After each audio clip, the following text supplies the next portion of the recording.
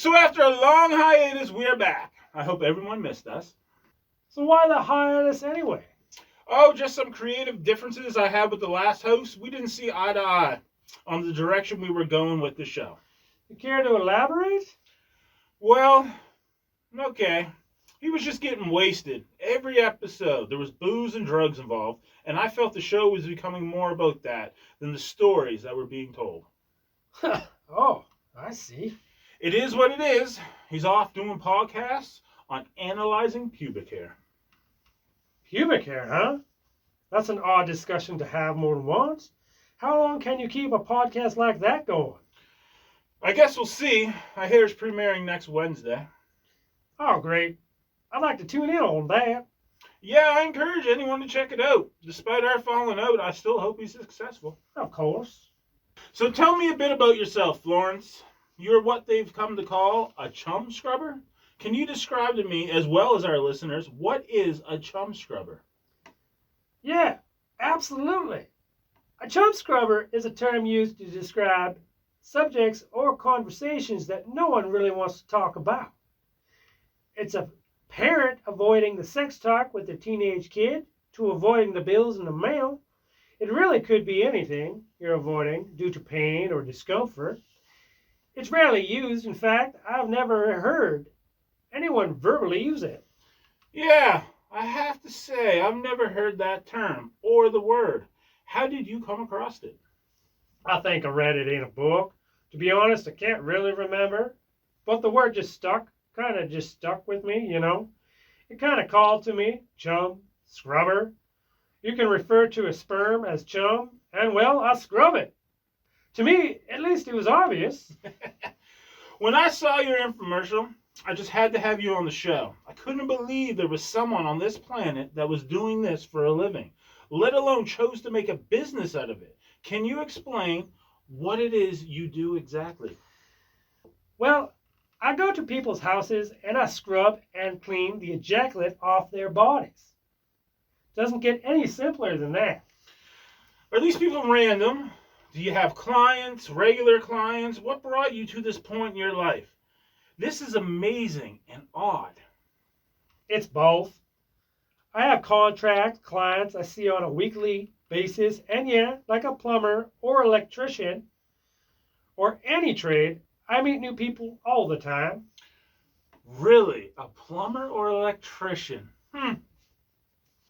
Yeah. So how did you start this business? Tell us a bit about that. Well, coming on this show, I knew I would have to explain a bit about that, but there is no way of doing that unless I can get a bit explicit. Can I? Oh yes, this isn't for kids. This is purely an R-rated show. So yeah, go on. I'm pretty interested to hear this story. Oh, and just to be clear, this is the first time you've told this story publicly. Yes, this is my first public appearance telling my story. Okay, folks, listeners, take a point to listen carefully. Okay, Florence, go ahead. I lived outside a very small town called Pokey Bar. Everyone knows everyone in this town. You could go as far as say cousins were dating close cousins. In my childhood, the people acted as if to have no shame, so I didn't know any better. But as I got a bit older, I came to question this practice in incest because I had a crush on a girl in school that had no ties to my close extended family. She had just moved to Pokey Bar in early summer. She had no friends, so I took it upon myself to introduce myself and hopefully be friends. I always looked at her as the most normal, but the most interesting person I had ever met. Where did this girl come from? My dreams? No, she's from a bigger town that is famous for their cropped corn. She came from a broken family that weren't really her parents. Her parents were killed selling used corn in the cobs as anal sex toys. What? Wait, how does that work? Which part? I guess both. The story I was told is a client had stuck a corn in the cob up his ass. So far up, when they finally reached the hospital, He ended up dying on the operating table. His wife then did a drive-by at the concession stand and shot both parents. Wow. Yeah, but it's funny because people where I live are so fundamentally fucked up. I can say that, right? Yeah, don't you hold anything back at this point. All right. So I was saying, Poke Bars people are so morally messed up. Here's an example. I met another girl. She was actually my babysitter for a time. She, if I remember, was only about 17. I think I was 9 at the time. She started dating a man who was 44. That was acceptable. Later, she had his kids. When they finally went their separate ways, the father refused to pay child support. When the judge asked him why, he said, "I'm saving up for a boob job." He was reeled to be a cross-dresser. The judge says, "Okay," throws the case out. No shit.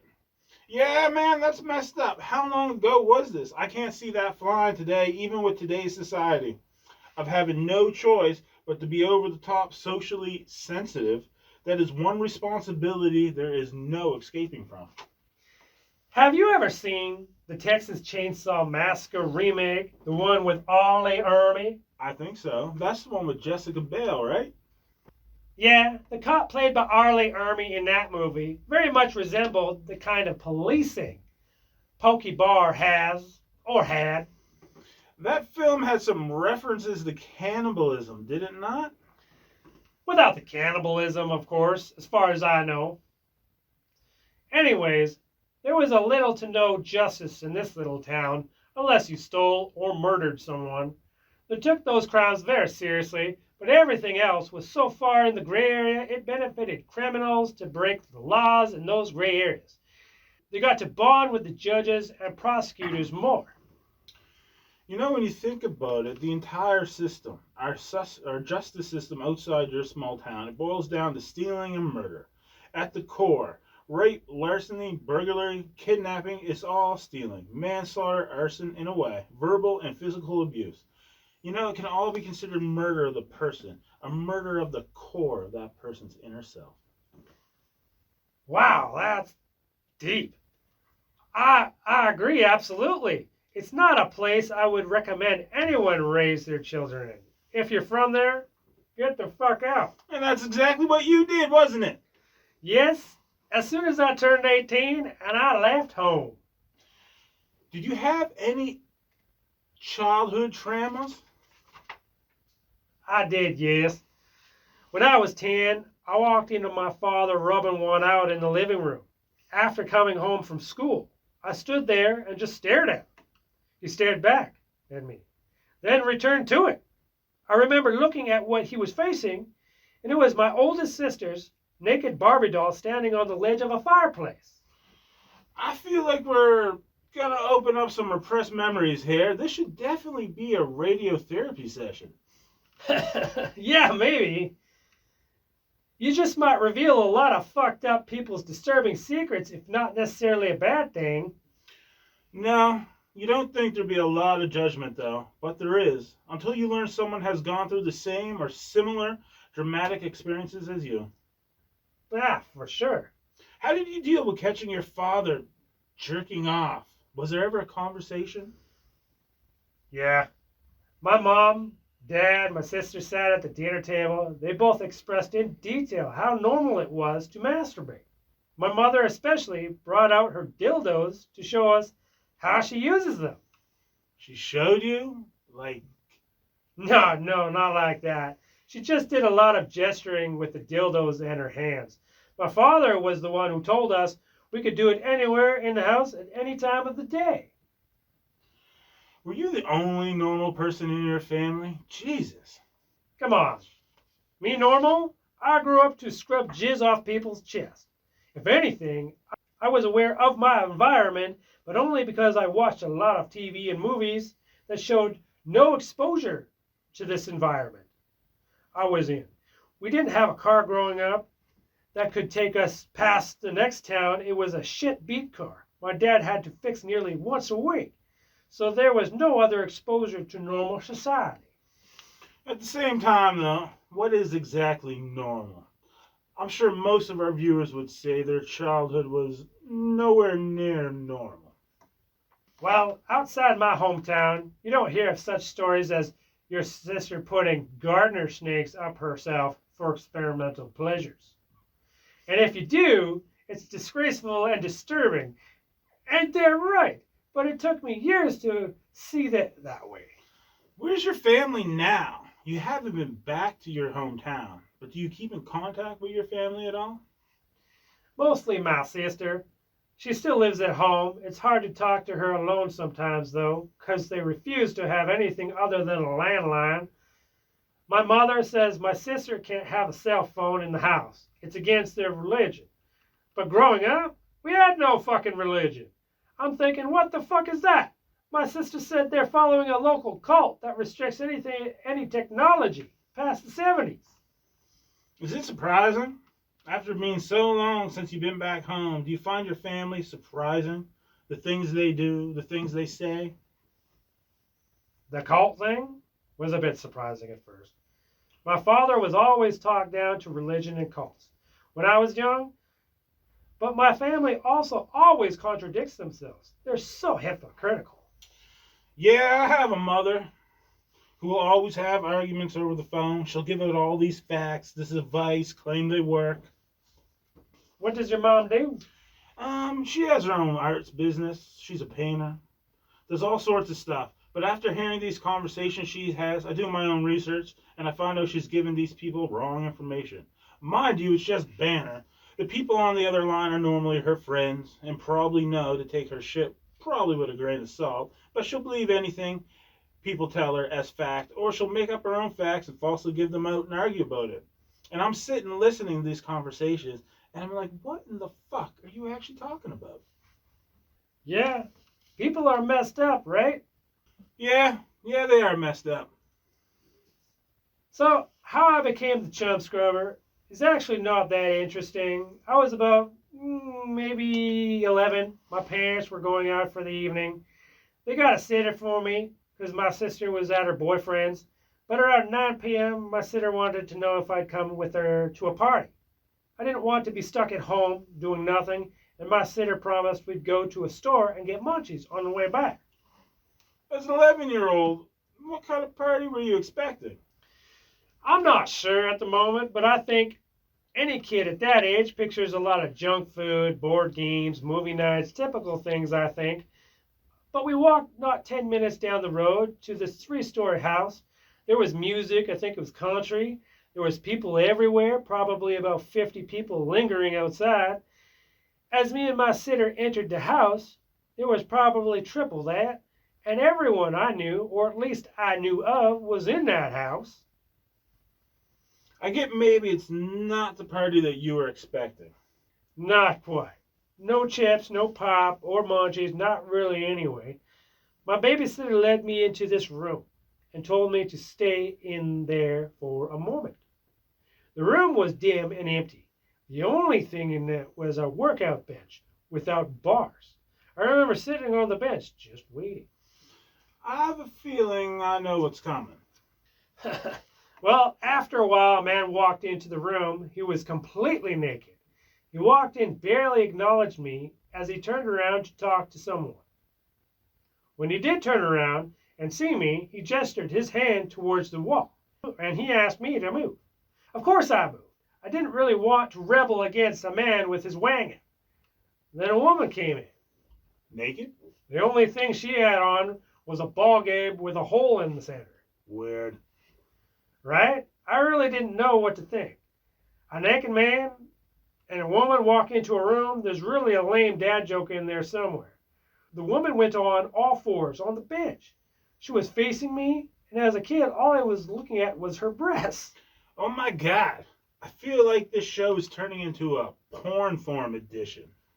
Should I not go any further? No, please continue. Maybe a porn forum will bring a wider audience in. Yeah, maybe we'll bring some porn stars on the show too. I'm pretty sure I know a few. Yeah, I'm pretty sure you probably do. So after the couple came in, the man started kissing her all over her body, and at this point, This was the first time I ever got an erection. I could feel my penis putting a lot of pressure against my jeans. But I didn't really acknowledge it right away. Soon, one naked man came in after another, until there was like, if I can remember, maybe 10 in the room. They all circled her while she was on all fours. Oh my God, that's crazy. You were only 11? Not one adult in the room acknowledged the kid standing in the corner of the room, watching this whole thing. Yeah, I guess. Maybe they did, maybe they didn't. But it really wasn't a big deal, so I couldn't see what was happening at first in the circle. What I did notice was one guy who had his back to me had just used the fucking toilet, because he did not wipe his ass properly. There was literal shit wiped from his ass up just past his butt cheek. That is fucking gross. Yeah. Nowadays, anyone sees that in an orgy, you're out. Unless you're into that fucking sort of thing. I don't know. I imagine not. But maybe he was fucked in the ass? That's a theory for sure. I tried for several minutes looking through the crowd to see what was happening. When I finally saw the woman, she was just covered in semen. Ah, yes. The famous bukkake. Did you get in on that? No, I had erupted long ago. After I was done, most of everyone left the room. The girl was pretty exhausted, lying on the bench, with another man still taking her from behind. I actually went to leave the room, but the man asked me to stay. He stopped having sex with the girl and just sat on the floor next to her. He asked me to sit down beside him. He held my hand, and we just sat there for about 15-20 minutes. What the fuck? Did he, No, nothing happened. Not like that. Was anything said? Yeah, he talked a bit about his love for semen. I guess his thing was smearing it all over his face and body. I did hear some crazy rumors about it being good for the skin. Yeah, I heard that too. Still pretty wild stuff. So what happened next? He asked if I wanted to touch the semen on his chest. And I became curious, so I did. No! But it was crusty by the time I touched it. His chest hair was all matted with it. Gross. Yeah, so I offered to clean it. I went to the bathroom, got a bucket and a hot hand towel. I went to the kitchen, grabbed a scrub brush, went back to the bedroom. He lied on his back. I sat over his abdomen and just started to scrub. Was he still naked? Yeah, he was. I remember I really had to get in there with the scrub brush hard. It took me about 10 minutes to finally clean him up. Meanwhile, the woman on the bench was watching the whole fucking thing and asked if I could clean her. Oh my God. And how long did it take you to clean her? Remember, she was in the middle of 10 dudes, so she was fucking covered. I honestly think more than one guy was able to explode on her more than once, man. It took me nearly 90 minutes. If I remember right, she was right caked with fucking semen. Did anyone walk in on you? What about your babysitter? Where the fuck was she? My babysitter was getting plowed in the other room, so I heard. I didn't see her the rest of the night because my dad walked in on me cleaning this woman. He looked at me for a second, a bit confused. But then he walked over, smiled, and gave me a high five. Then he said, make sure they pay you for your services. And did they? Oh, yeah. They gave me $200 for him and the woman. Nice. So what happened the rest of the night? That was it, man. My mom and dad drove us home. It was never really talked about. We went about our normal lives like it never really happened. That's really fucked up. But yeah. But I thought about it often, not really about the physicality of it, but how I can make it good money doing it. Did you have anybody in your life tell you you're being unrealistic? You're never going to make any money? Not in my hometown, no, but when I left home and talked about it amongst others, they couldn't believe what I was doing and willing to do. And I'm not sure if I already asked you this, but how long have you been practicing chum scrubbing? I think now it's been about 3 years. And you recently, not so long ago, made an infomercial. I heard it went sideways. Well, if I'm going to be honest there, and we're going to be honest, I've seen the video, and it went sideways. Yes, it did. It was a bit of an advertisement that I did in the carport of a very nice lady across from the box of a trailer I was living in. I also was supposed to have 3 volunteers, but the last 2 couldn't make it. The guy whose chest got ripped out had chest hair that was so very matted already, I added the sperm. Back where I'm from, you need to comb your chest hair at least once a week, so that's why that happened. I'm very surprised the network picked that up and released it on the air.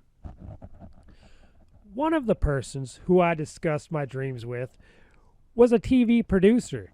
He wanted to prove me wrong, so he agreed to air the infomercial. Actually, if you want to know, there was a man that was recorded at the end of the infomercial who was overheard saying he'd like to know who the person was who came over the volunteer's chest. That was the producer. So this Chumscrubber business, is this something you hope to take off? Maybe become rich one day? No, sir. It's a passion. Whether I make a dime or a million, I'll be doing it in some capacity or another. Well, Florence, it was very nice to chat with you, and we'll definitely love to have you on again. Well, thanks for having me. I appreciate the publicity. Hey guys, this is F.A.D.S. podcast. I hope you enjoyed this episode. There will be more to come. Thanks a lot.